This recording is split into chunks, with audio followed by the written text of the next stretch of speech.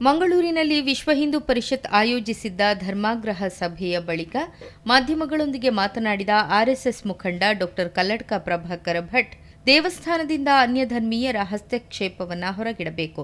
ದೇವಸ್ಥಾನದ ಕಮಿಟಿಯಲ್ಲಿ ಅನ್ಯ ಧರ್ಮೀಯರು ಇದ್ರೆ ಮಸೀದಿ, ಚರ್ಚ್ ಕಮಿಟಿಯಲ್ಲೂ ಹಿಂದೂಗಳ ನೆಡಲಿ. ರಾಜಕೀಯ ರಹಿತವಾದ ಹೋರಾಟವನ್ನು ಈ ವಿಚಾರದಲ್ಲಿ ಮಾಡಬೇಕು.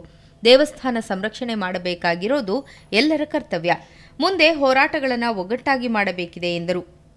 ಯಾವುದೇ ರಾಜಕೀಯ ಪಕ್ಷ ಇಲ್ಲದೇ ಇರುವಂಥ ಸಾವಿರಾರು ಜನ ಒಳ್ಳೆಯ ಹಿಂದೂ ಭಕ್ತರಿದ್ದಾರೆ. ಅಂಥವರಿಗೆ ಇದನ್ನು ಅವಕಾಶ ಮಾಡಿಕೊಡಿ. ಅದಕ್ಕೋಸ್ಕರ ಅವಕಾಶ ಮಾಡಿಕೊಡದಿದ್ದರೆ ಈ ರೀತಿಯ ಪ್ರಸಂಗಗಳು ನಡೀತದೆ.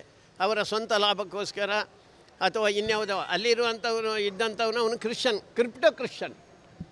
ಅದಕ್ಕೋಸ್ಕರ ಅವನಿಗೆ ಅದರ ಬಗ್ಗೆ ಭಕ್ತಿನೇ ಇಲ್ಲ. ಅವನಿಗೆ ಆ ದೇವಸ್ಥಾನದ ಲಾಡ್ ಯಾವುದಿದೆ ಭಾರಿ ಪವಿತ್ರವಾದ್ದು. ನಾವು ಪವಿತ್ರ ಅಂತ ಅದನ್ನು ಸ್ವೀಕಾರ ಮಾಡ್ತಾ ಇರೋದು. ಅದನ್ನು ಈಗ ಹೇಳಿದಾಗ ಬರೀ ಒಂದು ಸಿಹಿ ಅಂತ ನಾವು ಯೋಚನೆ ಮಾಡ್ತಾ ಇಲ್ಲ. ನಾವು ಅದು ದೇವರ ವೆಂಕಟರಮಣ ಪ್ರಸಾದ ಅಂತ ನಾವು ಸ್ವೀಕಾರ ಮಾಡ್ತಾ ಇರೋದು. ಆ ಭಕ್ತಿ ಭಾವನೆಗೆ ತೊಂದರೆ ಬಿಡುತ್ತೆ ಅಂತ ಯಾವಾಗ ಹಿಂದೂಗಳಿಗೆ ನೀವು ಅವಕಾಶ ಮಾಡಿಕೊಡ್ತೀರಾ, ಇದೆಲ್ಲವೂ ಆಗೋದಕ್ಕೆ ಈ ಮತ್ತೊಂದು ಜ್ವಲಂತ ಉದಾಹರಣೆ. ನಾವು ಇಷ್ಟು ದಿವಸ ಅದನ್ನು ಹೇಳ್ತಾ ಇದ್ದೆವು, ಈಗ ಅದೊಂದು ಜ್ವಲಂತ ಉದಾಹರಣೆ. ಅದಕ್ಕೋಸ್ಕರ ದೇವರ ಬಗ್ಗೆ ಭಕ್ತಿ ಇದ್ದಂಥ ಹಿಂದೂ ಸಮಾಜಕ್ಕೆ ಅದನ್ನು ಕೊಡಬೇಕು ಅಂತ ಆಗ್ರಹಪೂರ್ವಕ. ಮೈಸೂರಿನಲ್ಲಿ ಮಹಿಷ ದಸರಾ ಆಚರಿಸುವ ಕುರಿತು ಪ್ರೊಫೆಸರ್ ಭಗವಾನ್ ವಿರುದ್ಧ ಕಲ್ಲಡ್ಕ ಪ್ರಭಾಕರ ಭಟ್ ತೀವ್ರ ವಾಗ್ದಾಳಿಯನ್ನ ನಡೆಸಿದರು. ಇಂತಹ ಹುಚ್ಚರು ಮೊದಲಿನಿಂದಲೂ ಇದ್ದರೂ ಈಗಲೂ ಇದ್ದಾರೆ. ಅದೊಂದು ರಾಕ್ಷಸಿ ವಂಶ. ಅದಕ್ಕೋಸ್ಕರ ರಾಕ್ಷಸರನ್ನ ಆರಾಧನೆ ಮಾಡುತ್ತಾರೆ. ಯಾರು ಮನುಷ್ಯರಾಗಿದ್ದರೋ ಅವರನ್ನು ರಾಕ್ಷಸರು ಪೂಜಿಸೋದಿಲ್ಲ. ರಾಕ್ಷಸರು ರಾಕ್ಷಸರನ್ನೇ ಪೂಜಿಸುತ್ತಾರೆ.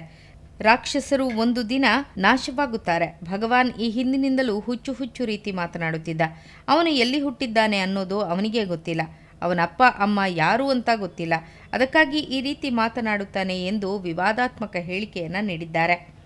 ಒಟ್ಟು ಮಾತಾಡ್ತಾ ಇದ್ದಾನೆ. ಅವನು ಎಲ್ಲಿ ಹುಟ್ಟಿದ ಅಂತ ಅವನಿಗೆ ಗೊತ್ತಿಲ್ಲ. ಅವನ ಅಪ್ಪ ಅಮ್ಮ ಯಾರು ಅಂತ ಅವನಿಗೆ ಗೊತ್ತಿಲ್ಲ. ಅದಕ್ಕೋಸ್ಕರ ಈ ಮಾತನ್ನು ಮಾತಾಡ್ತಾನೆ. ಅವನ ಅಪ್ಪ ಅಮ್ಮ ಪಾಪ ಇವನು ಒಳ್ಳೆಯದಾಗಲಿ ಅಂತ ಭಗವಾನ್ ಅಂತ ಹೆಸರಿಟ್ಟಿದ್ದಾರೆ. ಇವನು ರಾಕ್ಷಸಿ ದೃಷ್ಟಿಯಲ್ಲಿ ಇವನು ಯೋಚನೆ ಮಾಡ್ತಾ ಇದ್ದಾನೆ ಅಂಥದ್ದು ನಡೀತಾ ಇದ್ದಾನೆ ನಮ್ಮ ದೇಶದಲ್ಲಿ. ಅದಕ್ಕೆ ಹೇಳಿದ್ದು, ರಾಕ್ಷಸರು ಇದ್ದರೂ ಸಜ್ಜನರು ಇದ್ದರು. ಕೊನೆಗೆ ಗೆಲುವಾಗಿರೋದು ಸಜ್ಜನರಿಗೆ, ರಾಕ್ಷಸರಿಗೆ ಆಗಲಿಲ್ಲ.